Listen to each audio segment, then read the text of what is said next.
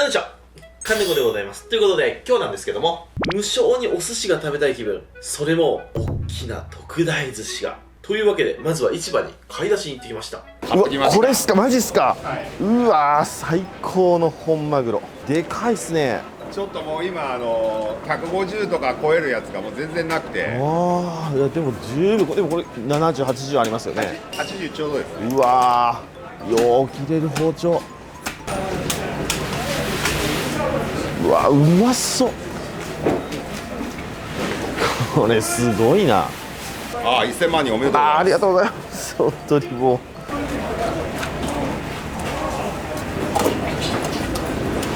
うわー、せーの、よっ、いい。お腹も綺麗で鮮度もいいんで、めちゃくちゃ鮮度いいですね、これ。はよし、じゃあこのマグロをちょっとください。い、はい、80件の割には腹もまあまあ熱い。めちゃくちゃうまそうっすね。いいね最高じゃないですか。はい、お会計お願いします。あ、今日は大丈夫です。1000万人のマジっすか。しょぼいですけど、はい、ありがとうございま出す。してください。あざっす。赤足がおる。これもいいサイズだな。これもらおうかな。ああ、いい赤貝がおるな。これもらおうかな。ここら辺ね。アナゴもらうか。エビ、煮アナゴ、マグロ、あと白身か。でも白身はね、前日仕込みでのどぐろとかホウボウとか仕込んであるんで、あと1品ぐらいなんか買いますか。イカだ。あ、イカも仕込んであるわ。ふらふらっと歩いて良さそうなのあったら買いましょうか。あ、でもこれもいいな。さより3本もらおう。これあとウニ買って帰りましょうか。じゃあ企画ということで、本日買ってきました食材、こちら赤貝ですね。こんな大きな国産のいい玉が売ってましたんで、これ買ってきました。すごく身も詰まってそうで美味しそう。で、ボタンエビ買ってきました。ホタテですね、生玉で、シャコ、今から最高に美味しくなってくる旬の魚、サヨリですね。うまそう。赤足エビ、いいサイズです。で、アナゴですね。そしていつもお世話になってるマグロ屋さんが、これ最高の本マグロ、これ1000万人おめでとうございますということでプレゼントしていただきました。まあ本当にありがとうございます。もう最高じゃないですか、このマグロ。冬のマグロですよ。脂が甘くてうまいだろうな。というわけでですね、今日はこちらのネタを使いましてお寿司を作っていきたいなと思います。そして今日は前回もタイアップさせていただきました原神さんとスシローさんがコラボイベントをするということで、お寿司はお寿司でも大きなお寿司とロングな巻き寿司、これを作っていきたいなと思います。昔はこうおにぎりぐらいのサイズ感だったんですって。それがどんどんちっちゃくなって食べやすい形になっていったと言われてるんですけど、今日はその原点のお寿司、おにぎりみたいなお寿司、これも作っていけたらなと思います。でそしたらお寿司っていうのはね、ものすごく仕込みが大事な料理なんですよ。なんで今日は今から仕込みをやっていきます。お寿司握るのはあさってなんで2日前の仕事ですね。で、ここにある食材とは別に昨日また市場にフラッと行っていい食材を買ってきました。まずはのどぐろですね。大きなのどぐろ、すごくのどぐろがねお値打ちでしたので買ってきました。そしてホウボウですね。これね、すごくいいホウボウが売ってまして、もう丸々超えてるホウボウ。この僕の腕と比べてもこの太さですよ。さばいた感じね、こう内臓にも油が噛んでて、もう最高のホウボウ入りました。あとはコウイカ。生きてるコウイカが売ってましたので、コウイカ買ってきました。でこれは今ね、氷漬けしてありますので、あと2日間氷の中で寝てもらいましょうか。そしたらこちら串を打ってボイルしていきます。串は僕は尻尾の方からこう入れちゃいます。そうですね。このまま茹でてしまうとくるんと丸まっちゃって平らな寿司エビができないので、こうやって串を打ってボイルしていきます。このエビね、ほんと美味しいんですよ。しかも結構生命力高いんですよね。これ沸騰したお湯にお塩、そしたらエビをこういう風に持って、エビは頭が火が入りにくいので頭からこうやって入れていきます。頭をだいたい30秒から1分、頭だけこうやって赤くなってきましたね。こうすることで火が入りにくい味噌の部分と火の入りやすいこの胴体の部分、茹で上がりが均一になります。よし、頭に火が入ったらポチョンと落とす。はい、じゃあいい感じに茹で上がりましたと。そしたらバットに置いて少し冷まします。ボタンエビとホタテもいきましょうか。で、ボタンエビはこのまま置いておくと頭とかこう卵の方からすごく傷んできちゃって身もめっちゃ傷んじゃいます。なので昆布締めをします。昆布締めするとすごく日持ちしますんで、それに昆布の旨味もエビに入ってめちゃくちゃ美味しいです。で、使うのが2日後なので、このカラッカラな状態の昆布で昆布締めしちゃうと、エビの水分がかなり持ってかれちゃいますんで、今日は少し強めにふやかします。いつもは日本酒で昆布を拭く程度なんですけど、今日は日本酒で昆布を少し戻してあげるってイメージですね。それでは少し置いときます。この仕込みの段階がめっちゃ楽しい。ほんでやっぱ奥が深いわ、お寿司は。もうシャリでもお米の種類が変わるだけで全然味変わりますしね。こうやって剥いていきます。今日これ生のボタンエビなんでね、よかった生があって。やっぱり早起きして市場に行くのはいいですね。いろんなもの売ってます。そしたら氷水を用意して少しお塩で、その中で軽く洗っていきます。卵とかこうやって完璧に落とすと仕上がりが綺麗ですよね。中途半端に一粒二粒青いのがちょんちょんとついとるとちょっとみっともないので、これ卵もねうまいんですけどね、美味しいんですけど、ちょっと青色っていう見た目がね抵抗ありますよね。そしたらお水を変えて、ここにも塩水、そこでホタテも洗っていきます。生食用の生ホタテもこうやって一回塩水で洗った方が気持ちがいいんでね。どうしても出荷された状態だとこの汁、これがね結構アクが強いんですよね。それを落としてやるイメージですね。はい、じゃあ5分ほど昆布戻しました。端っこがしなしなーってして、真ん中1本ちょっと硬いところ残ってる感じですね。で昆布締めは僕ねこの真昆布で締めるのがやっぱ好きかな。そしたらラップを敷いて、でその上にお酒を拭き取った昆布を置きます。でそこにエビを並べます。尻尾取っちゃいます。こういうふうに並べたら昆布で挟むと。でラップをかけると。はい、これで完璧ですね。美味しいボタンエビの昆布締めになることでしょう。これをネタケースに入れておきます。ホタテも一緒のことします。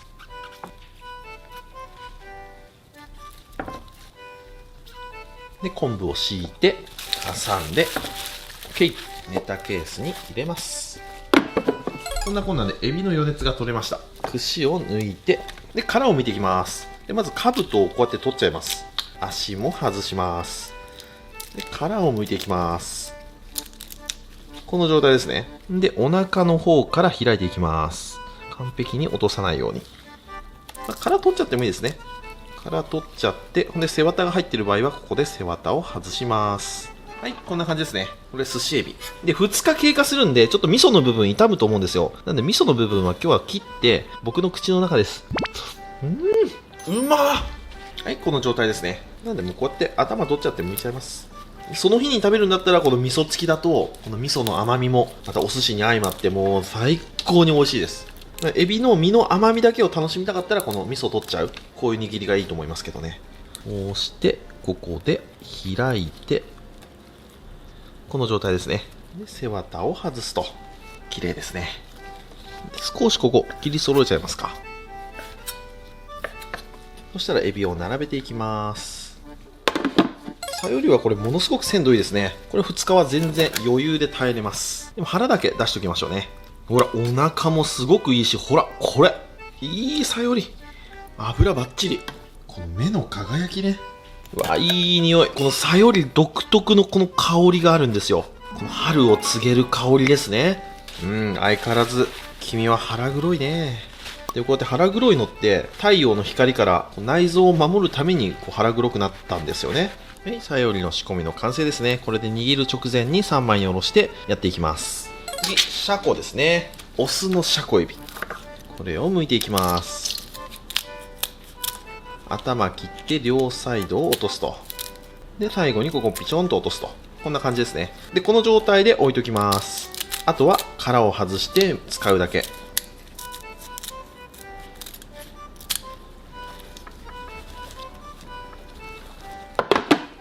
で次赤貝ですね。赤貝をむき身にします。でかい赤貝はもうここにバーンと穴開けて、でこの穴からここの貝柱めがけてナイフを入れます。でここから貝に沿って出口に向かって出します。でパカッと開きます。そしたら赤紐も切れずに簡単に片貝外すことができますね。結構むずいんですよね、このサイズ硬くて。生きがいいとねなかなかさばくのむずいです。でボウルにこの血ごとこうやって入れておきます。これを血止めって言うんですけど、赤貝って生命力すごい強い貝なんですよ。この状態だったら冷蔵庫で2日3日いきますんでね。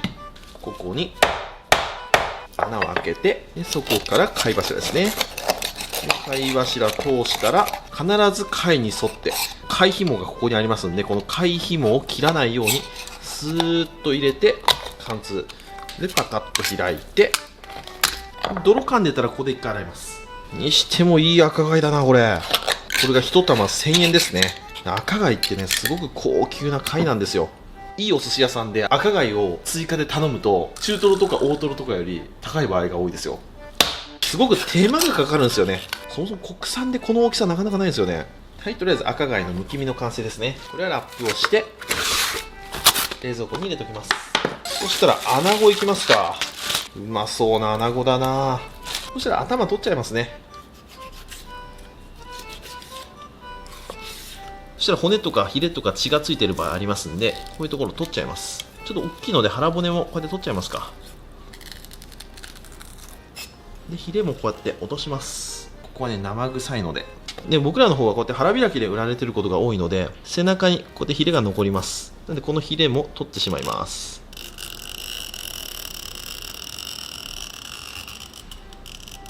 はい、これで綺麗になりましたと。ちょっと不格好なんでここら辺を揃えちゃう。こんなもんですかね。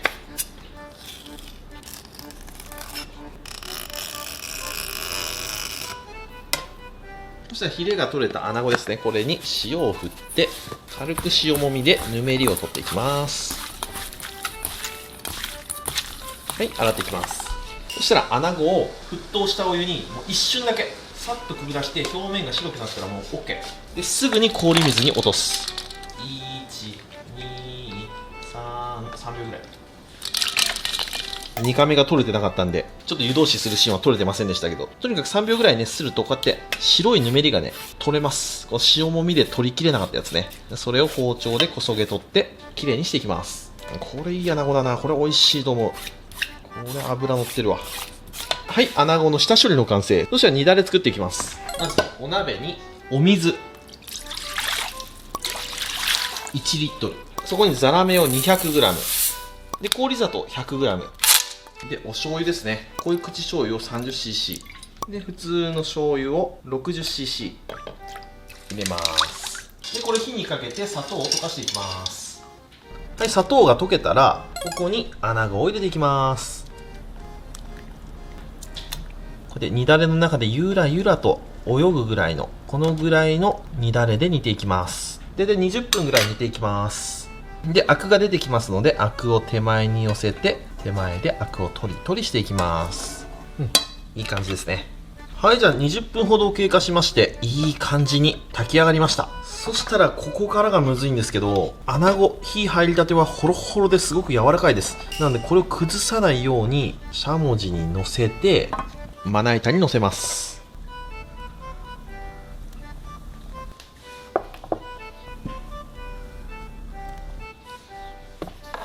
ほらちょっと思っちゃってほろっと崩れちゃいましたよね。かなり柔らかいんですよね。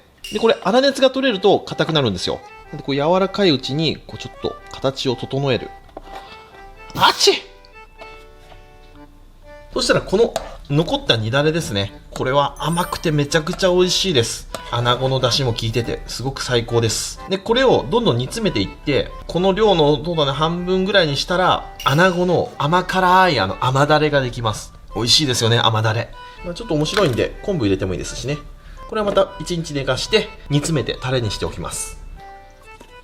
はい、いい感じに型が取れましたね。そしたらこれを冷蔵庫で寝かしていきます。これが穴子の仕込み。ちょこっとだけこう煮だれで湿らしておきますか。その方がより味が入る気がする。ほんの少しだけね。よし、これで大体大まかな仕込みの完成。では2日後に移動。はい、では2日経過しましたと。そしたらまずマグロからおろしちゃいましょう。これはいいマグロだわ。カマに近いお腹の方の一番いいとこですね。でも赤身だけ跳ねちゃいますね。まず今回の部位は赤身はこんだけしかない。あとはもう全部中トロ、そして大トロですね。これ血合いをしっかり取ってこう見てもらうと分かるんですけど、表面がこう赤くて中に行くとちょっと黒ずんでますよね。これ中が古いわけじゃないんですよ。この黒が冷風に当てるとだんだんこの周りと一緒の赤色に戻ってきます。こういうマグロはね赤みが出ますね。全体的に黒くくすんじゃってるのは色出ないんですけどね、これはね鮮度めちゃくちゃいい。こうやって血合いを外しますと。じゃあここから落としていきますか。でもこう落としてもいいな。たまにはこういう風にこここを断ち切って、こう。お、いいね。はい。うわ、うまそう。1本、もう1個ぐらい取りますか。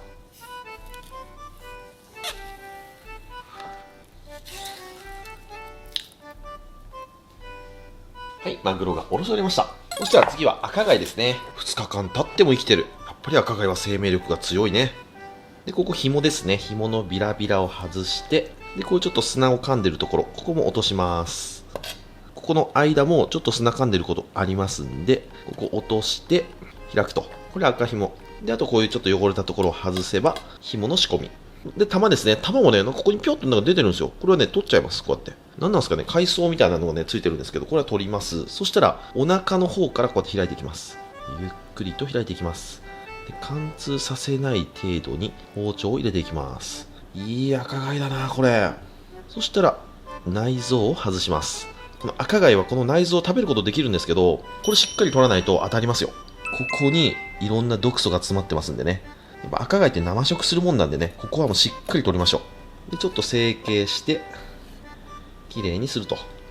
こんな感じですね。大きいな。さよりは大名おろしで。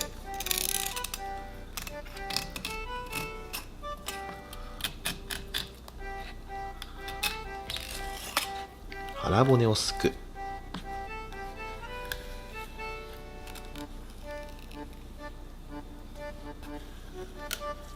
そしたら尻尾の方から皮を剥いていきます。で、この銀ギラを残すように皮を引くと。この皮目が美しいんです。で、またね、皮が引きやすいんですよ。切れたけど。手だと、意外とこうね、なんか残りにくいんですよね。やっぱ包丁で剥いた方が綺麗に残る。尻尾から入れて、少し包丁を立てると。真横じゃなくて少し立てるイメージですね。こんな感じですね。そしたらこの昆布締めの様子を見てみましょう。こっちがホタテかな。うおー、いいね。飴色になってて、とってもうまそうです。こっちがボタンエビですね。さあ、どうだ。うまそう。最高の状態ですね。昆布の旨味がエビに移ってますわ。これ1個目のネタですね。もう一つネタを作っていきます。まずは、煮穴子。煮穴子もいい感じですね。で、これお寿司にする前に少しだけ熱を通して柔らかくします。で、マグロの赤身。あとは事前にさばいておいた5日間熟成させたコウイカですね。氷水の中でしっかりと冷やし込みました。うまそう。ねっとりしてて最高の状態。コウイカが入りますと。あとこの2つですね。これがホウボウですね。これすごいいいホウボウ。コロンコロンだわ。で、これ、ノドグロちゃん。ノドグロもホウボウも半身だけおろしてますね。まずはノドグロ。赤ムツとも言いますね。これね、安かったんだよな。すごくお値打ちな値段で買えた。たまにあるんですよね、市場でも。掘り出し物が。物もね、内臓見た感じ良さそうだったんで、ほら。全然血も回ってなくて美味しそうですね。で、ホウボウですね。ホウボウ頭取っちゃいましょう。ホウボウは僕大好きなお魚です。本当にこのね、ホウボウっていう魚は煮ても焼いても刺身でも何しても美味しい。ちょっと変わった形してるんですけどね、船釣りとか行くとたまに釣れますからね。さあ、身はどうだ？うわ、めちゃくちゃいいわ。この背中側にこうサシが入っちゃってる。こんなホウボウはうまい。ここにもね、もう油たっぷり溜まっちゃってますよ。そしたら腹骨をすいて、そしたら骨がここにダダダダって入ってますんで、骨抜きで骨を抜いちゃいます。このね、ペンチ型の骨抜き、これめちゃくちゃいいっすね。すごく力が入りやすい。ホウボウの骨って結構ね、硬いんですけど、簡単に抜けますから、これめちゃくちゃいいですよ。よし、ここら辺まで取れたら OK。そしたら皮引いちゃいます。うわ、皮引きやすっ。すごい油。ほら、最高。で、ノドグロはですね、皮引きません。ノドグロは炙りにつきますよ。腹骨をすいて、ノドグロはちょっと大きいので半分に割っちゃいましょうか。はい、こんな感じですね。2つ目のネタケース完成ですね。はい、というわけでネタが揃いましたと、特大のお寿司を作っていきたいなと思いますよ。では酢飯を作っていきます。米酢でいきます。赤酢も美味しいですけど、今日はすっきりとした米酢ベースのシャリでいきますね。お塩、そしてお砂糖。お砂糖はお塩より少し多めに入れます。このお酢の配合もお店によって違うんですよね。本当に奥が深いよ、お寿司って。さーっとかけます。そしたら手酢を用意。そしたらわさびをスリスリ。そしたらまず穴子を温めましょう。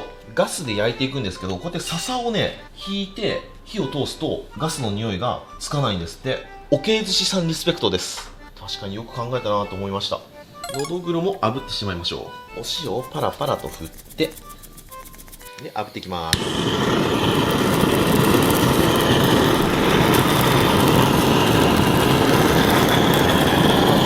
はい、こんな感じ。笹ってでも意外と焦げないんですね。柔らかくなりましたね。そしたらネタの切り付けをしていきますね。まずはのどぐろですね。うわ、うまそう。3切れぐらいいきますか。贅沢な大切りでいきます。次、ホウボウですね。僕の中で今日のスペシャリティはホウボウかな。やっぱ自分で目利きした魚なんでね、またうまいだろうな。すごいもん、脂がでっかでか。ホウボウですね。そしてコウイカ、薄皮を剥きます。イカも切っていきます。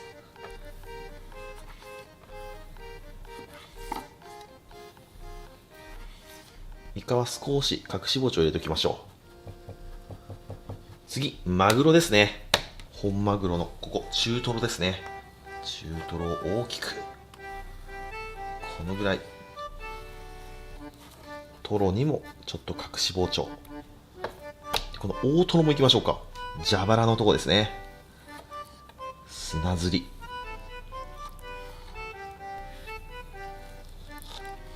よし。ちょっとネタは大きいですけどね、今日は巨大寿司なんでネタも大きめでいきますよ。で、赤身ですね。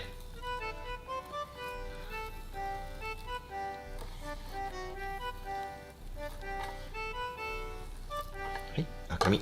そしたら赤貝を1枚、ボタンエビ2尾、ホタテ2つ、エビ、サヨリ、そしてシャコですね。はい、そしたらじゃあ、こんな感じですね。役者は揃えました。そうしましたら、金子寿司開店。ちょっと普通のサイズいきますね。ちょっとマグロいきましょう。マグロ食べたい。手に持って、わさび置いて、シャリを置いて、ここで形を作る。ちょっと空気穴を開けて、返して、ここで締める。反転させて、ここでもう一回締めて、こう。はい、こんな感じ。僕は今までお寿司ちょっと難しく考えすぎてたかもしれませんね。じゃあいただきます。このマグロうまっ。やっぱ中トロはお寿司だわ。めちゃくちゃうまい。ごめんなさい、もう一個だけ本当に許して。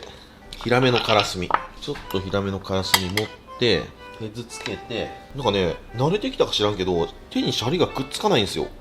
なんで？ボタンエビいきましょう。これで握れるかな。結局ね、くっつけちゃえばいいんで、ネタとシャリを。で、そこにこのヒラメカラスミつけてみたりして、で、ちょっとすだっちゃいましょう。いただきます。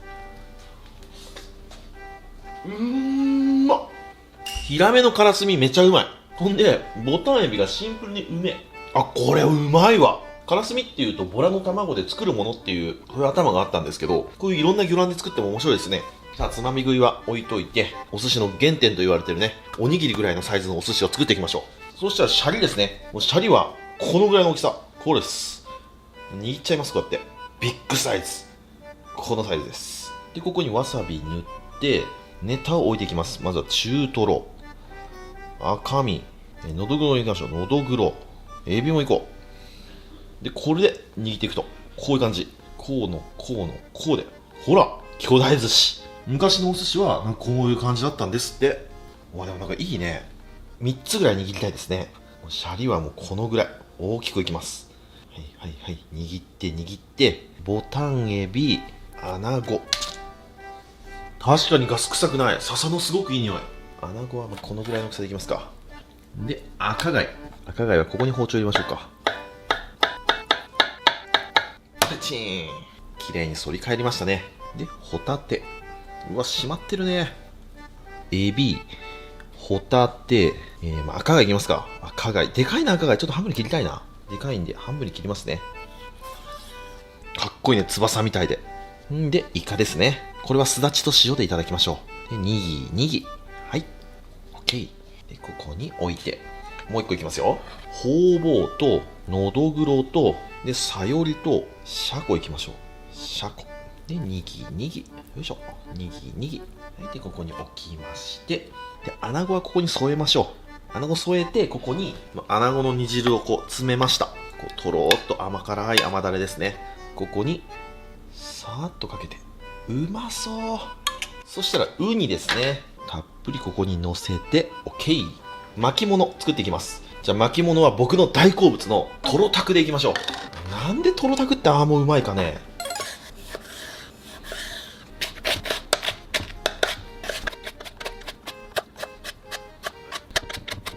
はい、たくあんが刻み終わりました。でそしたら大トロも叩いていきます。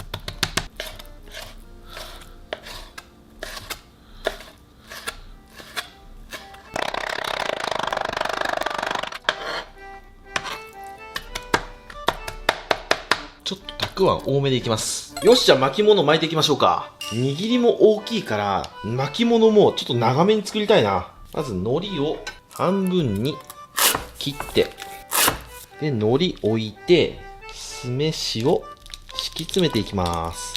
薄く敷くのがコツですよね。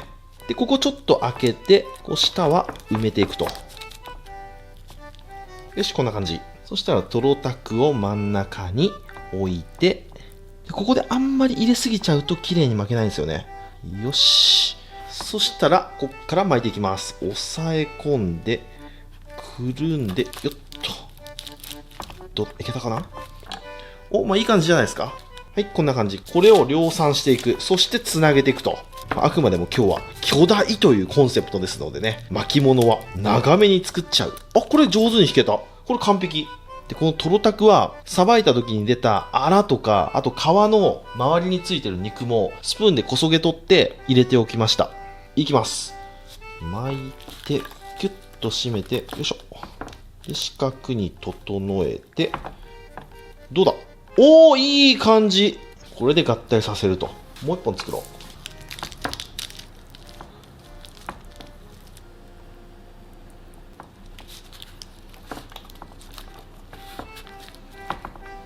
お、めっちゃうまくいった。これ完璧。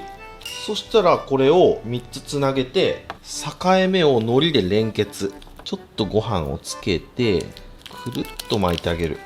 はい、できました。長さがこれがわお、ほぼ60センチ。はい、これ巨大トロタク巻きの完成。これ食べるとき切っちゃうんですけどね。切って断面だけ確認してみますか。おお、いい感じ。ほら、完璧。ちゃんと真ん中に入ってますね。そしたら盛り付けていきましょうか。はい。アナキューとトロタクですね。そしたらここに今日はこちらの原神さんの旗を刺しちゃう。で、このゴロちゃんも刺しちゃう。そしたらここにまずすだち。で、お塩パラパラパラーっと。で、お醤油をぬりぬりと。あとは食べるだけにしておきます。こちらにもぬりぬりと。はい、これで巨大お寿司の完成。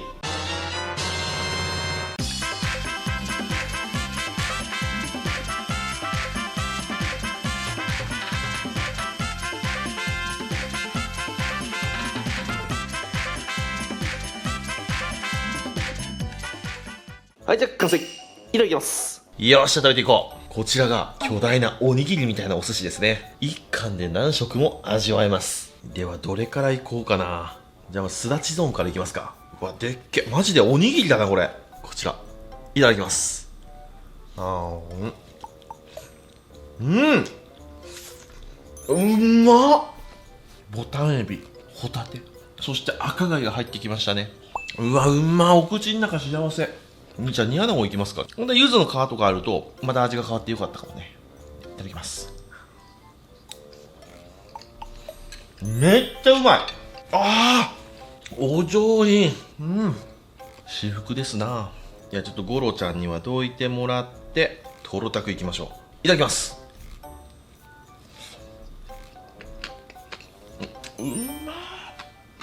回らんお寿司屋さんの味がする。ハマグリのお吸い物もさっと作りましたけど、うめえなー。で、今回大きいの作ったんで、今日僕の事務所のマネージャーさん来てるんで食べてもらいましょうか。ちょっとこれ食べてみてください。これどれがどれをどう俺はね、ここマグロ好きでしょ。マグロ大好きです。シャバーニさんです。もうこれがっつりわしづかんじゃって、もうガブッとおにぎりみたいな。そうそうそうそうそう、いいねいいね。いただきます。どうぞ。うまっ。うまくない？まあ、少し食べづらさはあるかもしれんけど、これもこれこれはこれでいいよね。進むにつれて味が変わるっていうのそれね安心でうまいです。そうそうそう。はい、ということで今日はこちらの大きな巨大寿司ときましたら、お飲み物こちらやっていきたいと思います。せーの、じゃん、ギロのやつ。今日はフリーで行かせていただきます。休館日なので、さーっと入れて、いいよいいよいいよいいよいいよ。はい、OK。はい、こちら完璧なまでの7対3、美しい。いただきます。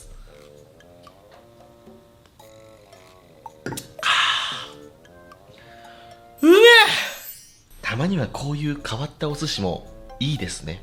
それじっくり食べていくよ。ごちそうさまでした。ということで今日は市場で買ってきた新鮮な魚介を丁寧に仕事をして巨大寿司作ってみましたけども、うまかったね。もうネタが最高ですね。やっぱ自分で朝一行って見つけてきた食材っていうのはね、もうまあ美味しいね。幸せでした。まだまだたくさんネタあるんでね、今日、明日、明後日ぐらいはずっと夜ご飯は握りかな。